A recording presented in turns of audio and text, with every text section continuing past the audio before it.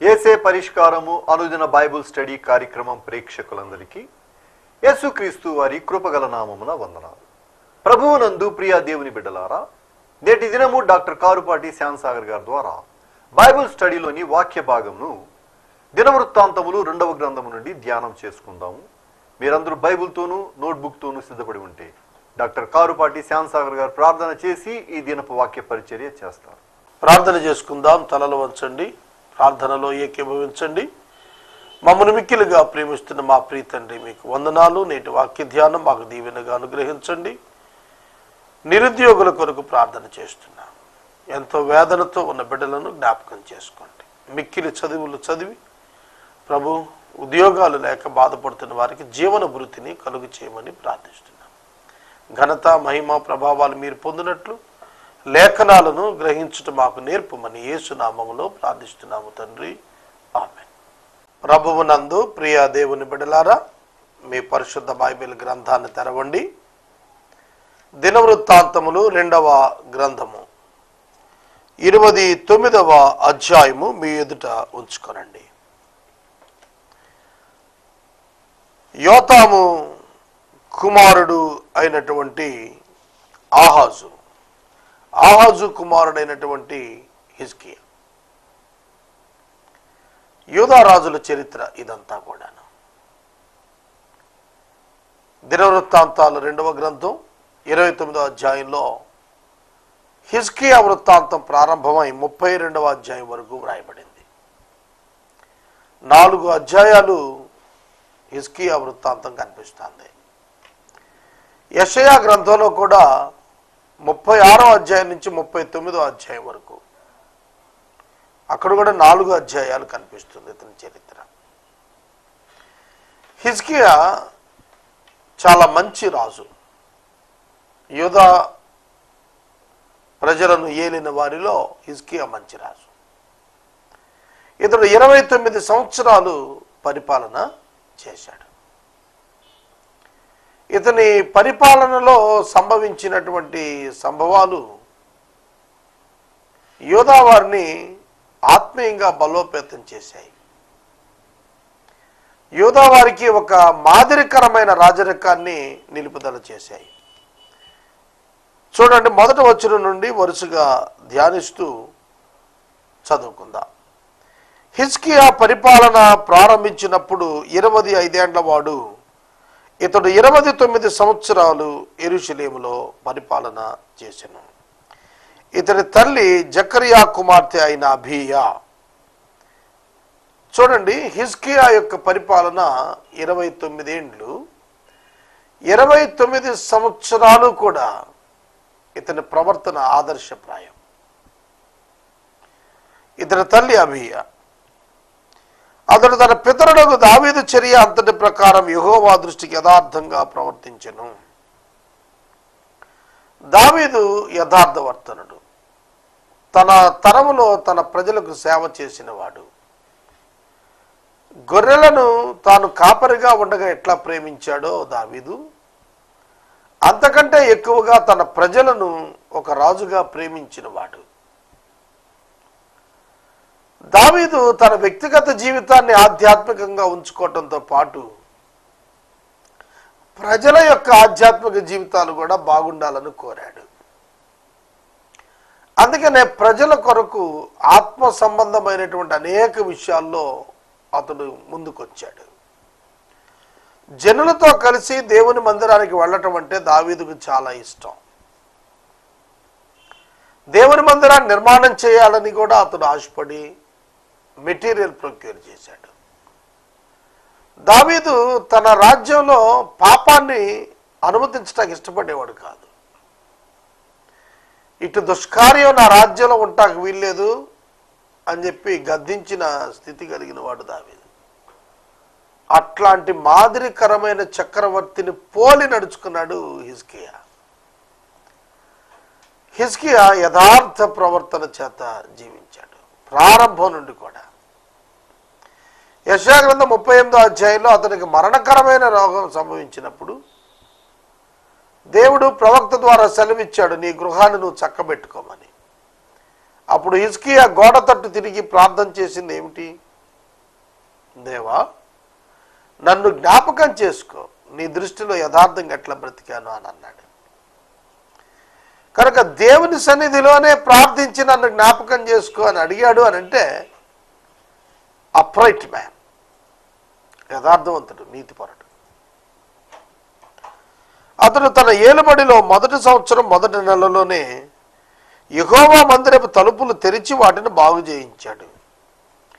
మొదటి నెల, మొదటి సంవత్సరం మొదటి నెల మొదటి వారంలో దేవుని యొక్క మందిరపు తలుపులను బాగు చేయించాడు. చూడండి, దావీదు దేవుని మందిరం గురించి ఆసక్తి కలిగిన వాడు. హిజ్కియా కూడా దేవుని మందిరం గురించిన ఆసక్తి కలిగిన వాడుగా జీవిస్తున్నాడు. దావీదు దేవుని మందిరం కొరకు ఘనమైన మెటీరియల్ ప్రొక్యూర్ చేసి గొప్ప మందిరంగా ఉండాలని భావించాడు. హిజ్కియా కూడా దావీదు వలె దేవుని మందిరాన్ని ప్రేమించిన వాడై మొట్టమొదటి పని దేవుని మందిరంలో ప్రారంభించాడు. హిజ్కియా తన యొక్క ఆధ్యాత్మిక జీవితాన్ని బాగు చేసుకుంటాం ప్రారంభించాడు. మొట్టమొదటిగా మొదటి సంవత్సరం మొదటి నెలలో మందిరం బాగు చేయించటం, లేవీయులు పిలిపించటం, వారికి హెచ్చరికలు ఇవ్వటం, వారిని తిరిగి ఆరాధనా పద్ధతులు రెస్టోర్ చేసేటట్లుగా పురికొల్పటం, ఇవన్నీ కూడాను ఆత్మ సంబంధమైన పనులకు ప్రాధాన్యత ఇస్తున్న హిజ్కియా కనిపిస్తున్నాడు. కనుక what is the first priority in your life? నీ జీవితంలో మొట్టమొదట నీవు దేనికి ప్రాధాన్యం ఇస్తావు? మొట్టమొదట నీవు ఇచ్చే ప్రాధాన్యం దేవునికై ఉండాలి. హిజ్కియా తన మొదటి కాలము పరిపాలనలో, తన మొదటి వనరులు పరిపాలనలో దేవునికి సమర్పించాడు. దేవుని మందిరం బాగుండాలని కోరుకున్నాడు. దేవుని మందిరంలో దేవునికి ఆరాధన జరగాలి, ప్రజలు బలులను ఇవ్వాలి, ప్రజలు దేవుని సన్నిధికి వచ్చి కనపడాలి, వారు బాగుపడాలి, వారు అంతరంగాలు శుద్ధి కావాలని ఆశించిన వాడు కనుక first concentration is on the temple of God. దేవుని మందిరం మీద అతడు మొట్టమొదట దృష్టి పెట్టాడు. యాజకులను లేవీయులను పిలిపించి తూర్పుగా ఉన్న రాజవీధిలో వారిని సమకూర్చి వారితో మాట్లాడుతున్నాడు. లేవీయులారా, నా మాట ఆలకించండి. ఇప్పుడు మిమ్మల్ని మీరు ప్రతిష్ఠించుకోండి. మీ పితరుల దేవుని యెహోవా మందిరాన్ని ప్రతిష్ఠించి పరిశుద్ధ స్థలంలో నుండి నిషిద్ధ వస్తువులన్నింటినీ బయటికి తీసుకుని పోండి. లేవీయులను యాజకులను పిలిపించి రాజనగరికి ఉన్నటువంటి తూర్పు మార్గంలో వాళ్ళతో డిస్కషన్ ప్రారంభించాడు. చూడండి, మందిరాన్ని బాగు చేసిన తర్వాత వెంటనే చేస్తున్నాడు, యాజకులను పిలిపించి మాట్లాడుతుంది ఏమిటంటే, దేవుని మందిరం పని మీరు మాత్రమే చేయాలి, కనుక మీకు అప్పగించబడిన పని మీరు శ్రద్ధగా చేయక అశ్రద్ధ చేస్తే మరి ఎవరు చేస్తారు ఆ పని? కానీ యెహోవా కార్యము అశ్రద్ధగా చేసేవాడు శాపగ్రస్తుడు కనుక మీరు జాగ్రత్తగా ప్రతిష్ఠించండి. మందిరాన్ని తిరిగి పరిశుద్ధ స్థలాన్ని మళ్ళా ప్రక్షాళన చేసి ప్రతిష్ఠించండి. పనికిరాని వస్తువులు ఉన్నాయే వాటిని బయటికి తీసుకెళ్ళిపోండి. బికాజ్ యు ఆర్ లెవైట్స్, మీరు లేవీయులు. వాళ్ళు చేయాల్సిన పని వారికి అప్పచెబుతున్నాడు. కానీ ఇతని పితరుడు అలా చేయలేదు. ఉజ్జియా అలా చేయలేదు. ఉజ్జియా కుమారుడు యోతాము కుమారుడు ఆహాజు కుమారుడు హిజ్కియా. కనుక హిజ్కియా చేసినట్టు ఉజ్జియా చేయలేదు. ఉజ్జియా దేవుని మందిరంలోకి వెళ్ళిపోయాడు. దేవుని మందిరంలోకి వెళ్ళి ధూపార్తి తీసుకొని ధూపం వేసేసాడు. యాజకులు నిరోధించినా ఒప్పుకోలేదు, వాళ్ళని గుర్రుగా చూశాడు. దేవుడు అదే సమయంలో అదే స్థలంలో నొసట కుష్ఠరోగం పుట్టించాడు. కనుక హిజ్కియా మొట్టమొదట దేవుని మందిరంలో యాజకుల పని యాజకులే చెయ్యాలి అనే అండర్స్టాండింగ్కి వచ్చాడు. ప్రియమైన దేవుని బిడ్డలారా, ఆనాడు లేవీయులకు ఎంత ఆధిక్యత! క్రొత్త నిబంధన గ్రంథంలో అయితే ప్రతివాడు దేవుని బిడ్డే, ప్రతివాడు దైవ సేవకారకుడే. ఎందుకంటే క్రీస్తు యొక్క రక్తం చేత విమోచించబడిన ప్రతి వ్యక్తి కూడా అర్హుడిగానే ఎంచబడతాడు పరిచర్య కొరకు. పాత నిబంధనలో లేవీయులకు మాత్రమే పరిచర్య అవకాశం ఉంది. అందుకనే రాజైనటువంటి హిజ్కియా లేవీయులను తన యుద్ధకు పిలిపించుకొని వారితో మాట్లాడి వారిని మోటివేట్ చేస్తున్నాడు. తిరిగి దేవుని మందిరమును శుద్ధి చేసుకోమని. దేవుని మందిరములో దేవునికి ఇష్టం లేనటువంటి వాటిని ఏవైతే ఉన్నాయో వాటన్నింటినీ కూడా తొలగించేయండి అని చెబుతున్నాడు. ప్రియ దేవుని బిడ్డలారా, మన హృదయము దేవుని ఆలయం, మన దేహము దేవునికి ఆలయం. మన హృదయములో దేవునికి ఇష్టము లేనటువంటివి ఏవైతే ఉన్నాయో వాటిని శుద్ధి చేసి వెలుపటికి పంపించాలి. మన హృదయం శుద్ధి అయ్యేటట్లుగా చెడు బయటికి వెళ్ళిపోవాలి. ఈ రాత్రి వాక్యం వింటున్న సహోదరుడా, సహోదరి, లేవీయులకు హెచ్చరిక చేశాడు, మీరు మందిరంలో నుండి నిషిద్ధమైన వాటిని బయటికి తీసుకుని పండి. దేవుడు నిషేధించిన దానిని మనుషుడు అంగీకరించడానికి వీల్లేదు. దేవుడు పాపాన్ని నిషేధించాడు, పాపేచ్ఛలను, ధనాపేక్షను నిషేధించాడు. దాన్ని అన్నడూ మనం స్వీకరించకూడదు. ఇక్కడ మన పితరులు ద్రోహులై మన దేవుడైన యెహోవా దృష్టికి చెడు నడతలు నడిచి ఆయనను విసర్జించి ఆయన నివాసానికి పెడముఖం పెట్టుకుని దాన్ని అలక్ష్యం చేసిరి. యాజకులకి కౌన్సిలింగ్ ఇస్తున్నాడు. ఏమని? మన పితరులు దేవుని ముఖానికి అభిముఖంగా తిరిగారు, పెడముఖం పెట్టుకున్నారు కనుక వారు దేవుని అలక్ష్యం చేశారు. They neglected God and his presence. పితరులు ద్రోహులైపోయారు, చెడు నడతలు నడిచేశారు, దేవుని విసర్జించేశారు. కాబట్టి వారు అలక్ష్యం చేశారు. ఈ దినం చాలా మంది దేవుణ్ణి అలక్ష్యం చేస్తున్నారు. దేవుణ్ణి అలక్ష్యం చేస్తే పాడయ్యేది మనమే, దేవుణ్ణి లక్ష్యం చేస్తే బాగుపడేది కూడా మనమే. మరియు వారు మంటపం యొక్క ద్వారాలను మూసి దీపాలు ఆర్పి పరిశుద్ధ స్థలమందు ఇశ్రాయేలీలు దేవునికి ధూపం వేయక దానబలు అర్పింపక ఉన్నారు. చూడండి, మందిర ద్వారం మూసారంట, మంటపం ద్వారాలు మూసారంట, పరిశుద్ధ స్థలం దగ్గర ధూపం వేయటం ఆపేశారంట. మరి ఇంకెందుకండి? ఏం జరుగుతోంది యూదా వారిలో? కనుక హిజ్కియా మొట్టమొదట ఎక్కడ బలహీనమైన కార్యాలు జరుగుతున్నాయి ఆత్మ సంబంధంగా అనేది ఐడెంటిఫై చేశాడు. We should identify where we are weak in the spiritual life. It's at most important. చాలా ప్రాముఖ్యమైనది ఏంటంటే మనం ఎక్కడ దేవుని యొక్క విషయాల్లో బలహీనంగా ఉంటున్నాము, ఎక్కడ ఆయనకి ఇష్టం లేని వాటిలో జీవిస్తున్నాము, అది మనం సరి చేసుకోవాలి. తర్వాత మరియు వారు మంటపం యొక్క ద్వారాలను మూసి దీపాలను ఆర్పివేసి పరిశుద్ధ స్థలమందు ఇశ్రాయేలు దేవునికి ధూపం వేయక దహన బలులు అర్పించక ఉన్నారు. నిర్లక్ష్యము అంటే ఇదే. చేయవలసిన పనిని చేయకపోవటం నిర్లక్ష్యము, చేయదగిన పనిని సరిగా చేయకపోవటం నిర్లక్ష్యం.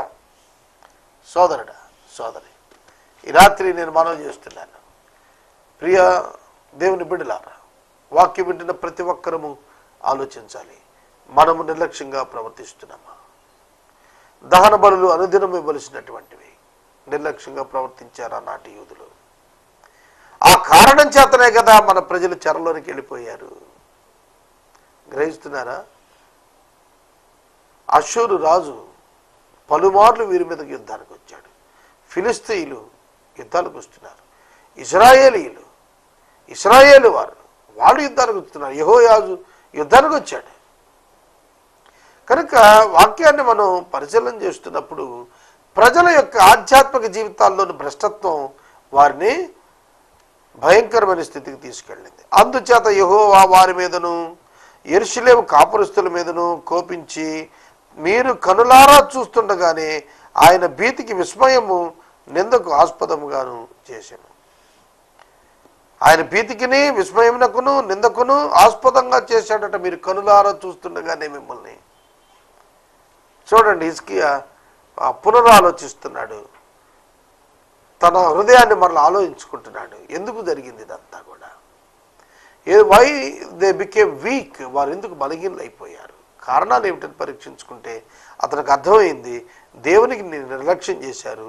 దేవుని యొక్క సన్నిధిలో దహన బలులు, అర్పణలు, ధూపం వేయటం, ప్రార్థించడం అన్నీ మానేశారు. అంతేకాకుండా యెరూషలేము కాపురస్తులు వారు కనులారా చూస్తుండగా దేవుడు వారిని భీతికి విస్మయానికి నిందకు ఆస్పదంగా చేశాడు.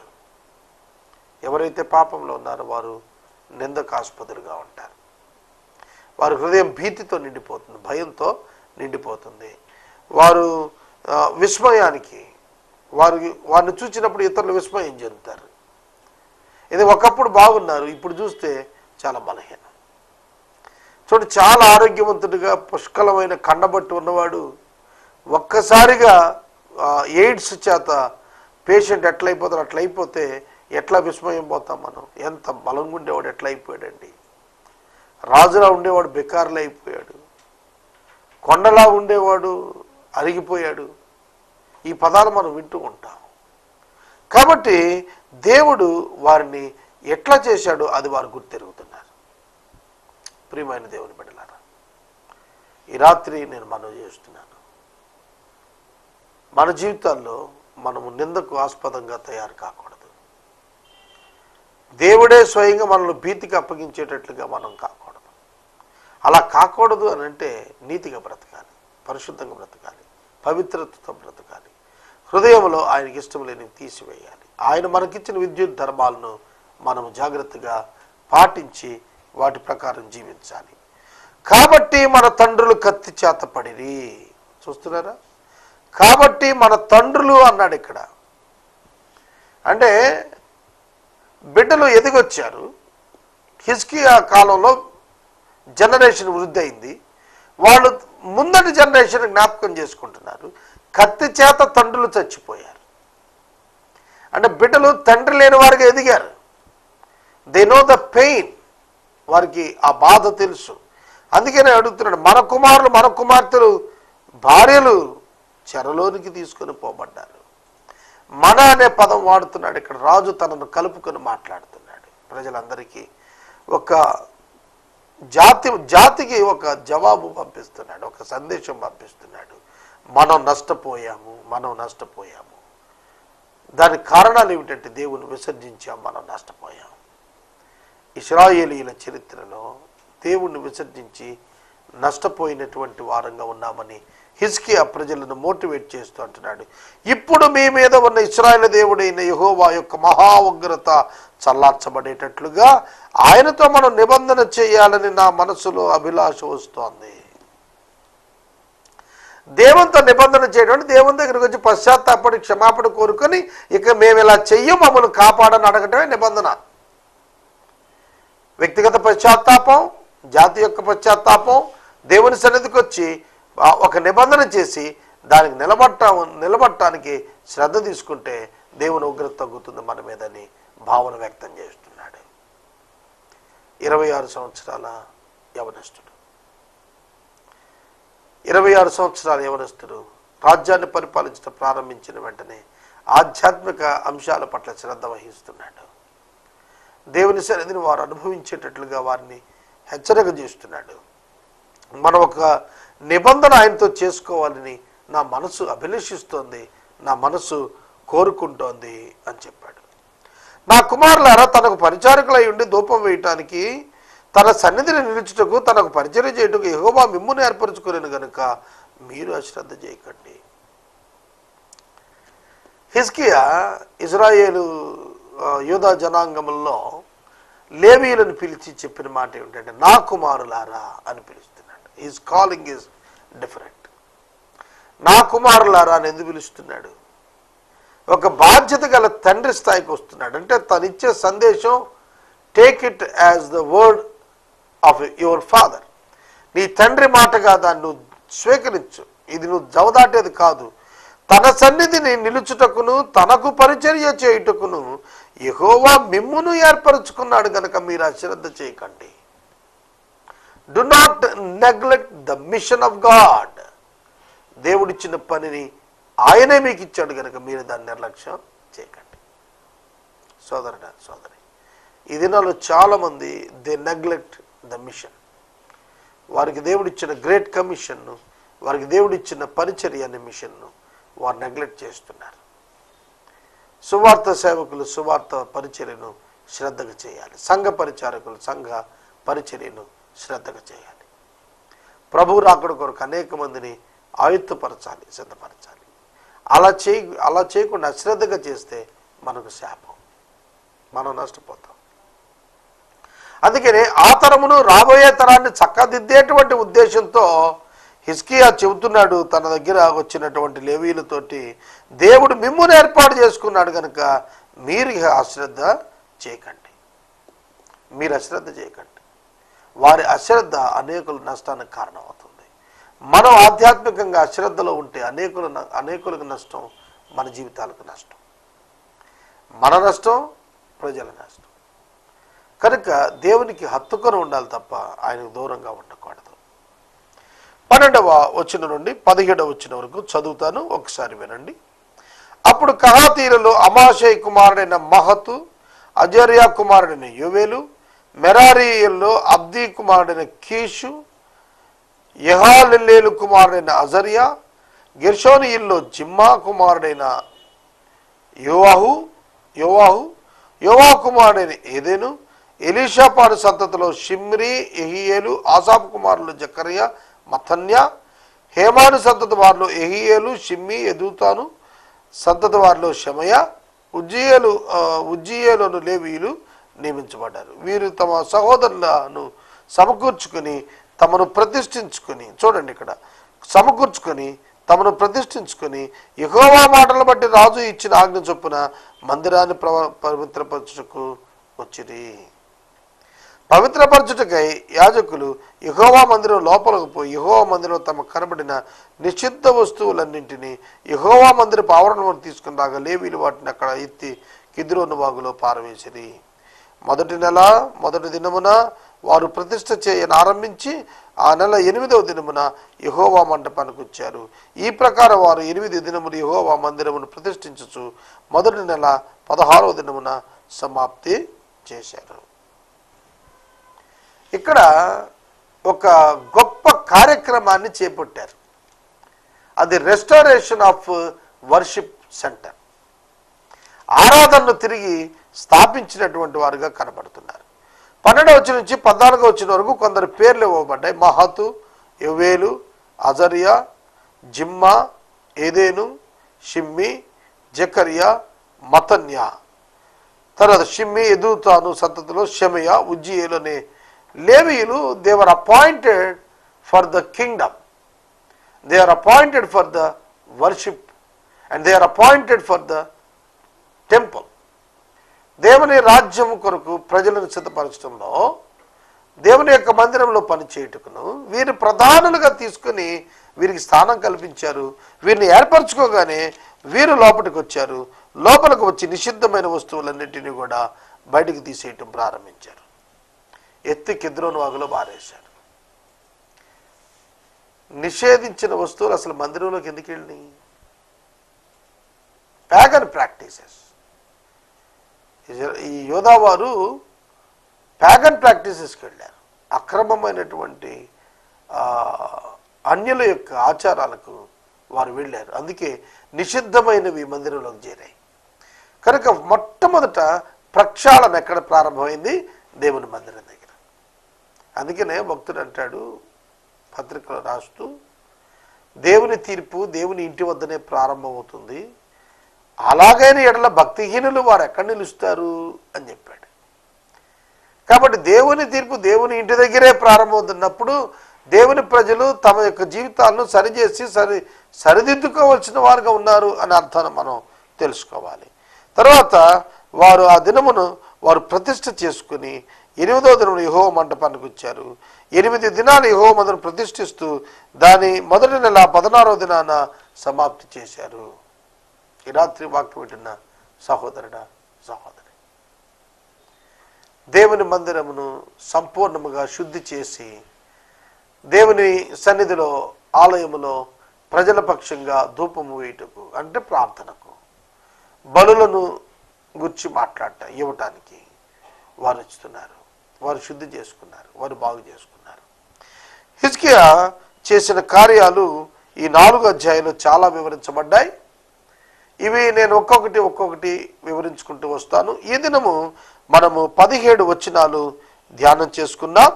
ఈ 17 వచనాలలో ఉన్నటువంటి వాక్య భాగం ప్రకారం ఇతడు యథార్థవర్తనుడిగా ఉండి ప్రవర్తించాడని, అతని తల్లి కూడా మంచి వ్యక్తి అని, అలాగే అతని పరిపాలన 29 సంవత్సరాలు సాగిందని విన్నాం. అంతేగాక ప్రజలను ఆత్మీయంగా సిద్ధపరచడానికి తను మొట్టమొదటి కంకణం కట్టుకున్నాడు. అందుకే లేవీలను బలపరిచి దేవుని మందిరం యొక్క ద్వారాలు శుభ్రం చేయించి దేవుని మందిరానికి ప్రజలు విరివిగా వచ్చి ఆనందించేటట్లుగా అతడు సహకారం అందిస్తూ వచ్చాడు. దాని నిమిత్తం లేవీయులను హెచ్చరిక చేసి వారిని మోటివేట్ చేసి వారిని అభివృద్ధి చేసి వారు దేవునికి లోబడేటట్లుగా చేశాడు. అలా చేయటం ద్వారా వారు ప్రజలను దేవునికి సమీపంగా నడిపించడానికి యోగ్యత కలిగిన వారై ఉన్నారు. రేపటి వాక్య భాగంలో 18వ వచనం నుండి మనం వాక్యాన్ని ప్రారంభించుకుందాము.